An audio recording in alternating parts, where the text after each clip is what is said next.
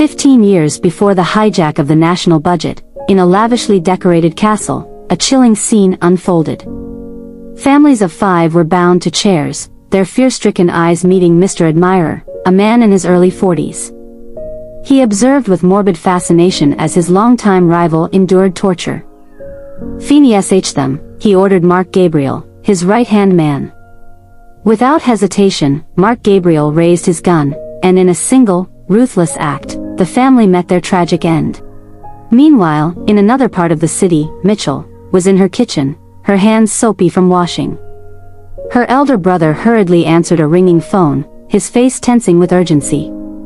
"Duty called," he announced before rushing out, leaving Mitchell without a chance to say a word. Outside, at a crime scene surrounded by 4 ambulances and 5 police cars, Detective Lucas arrived. He turned to his assistant, Detective Mark Gabriel, as he unveiled one of the covered corpses. "Who do we have here?" Lucas inquired, his eyes scanning the gruesome sight before them. "A family of 5 tortured and murdered by a rival, we believe," Mark Gabriel responded, his voice grim. "We found tons of cocaine in his locker." Detective Lucas approached the bags of cocaine, inspecting them carefully. "Who made the call?" he asked, seeking more information. An anonymous caller reported gunshots. Anthem, a junior officer, replied. "Keep me informed if you find anything else," Detective Lucas instructed, watching as the lifeless bodies were loaded into ambulances and driven away. Once out of sight, he turned to Mark Gabriel.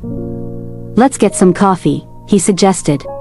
Later, in a spacious office, Lucas and his team gathered around a table strewn with hard copies of photos. Officer Anthem pointed at a picture of a heavily tattooed man, Alejandro Eduardo, a notorious Mexican drug lord. "He's been convicted twice by the Mexican police force for drug trafficking," Anthem explained.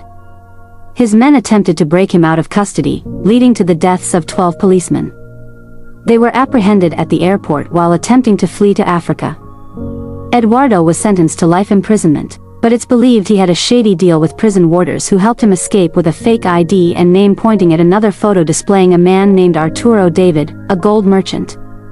He had been operating his drug cartel in the States for 2 decades. He's the number 2 man on the FBI wanted list after his longtime friend turned rival, Mr. Anonymous," Officer Anthem added, pointing at an image of a mysterious figure represented by a black silhouette and a question mark. "It's believed he has senior officers under his payroll."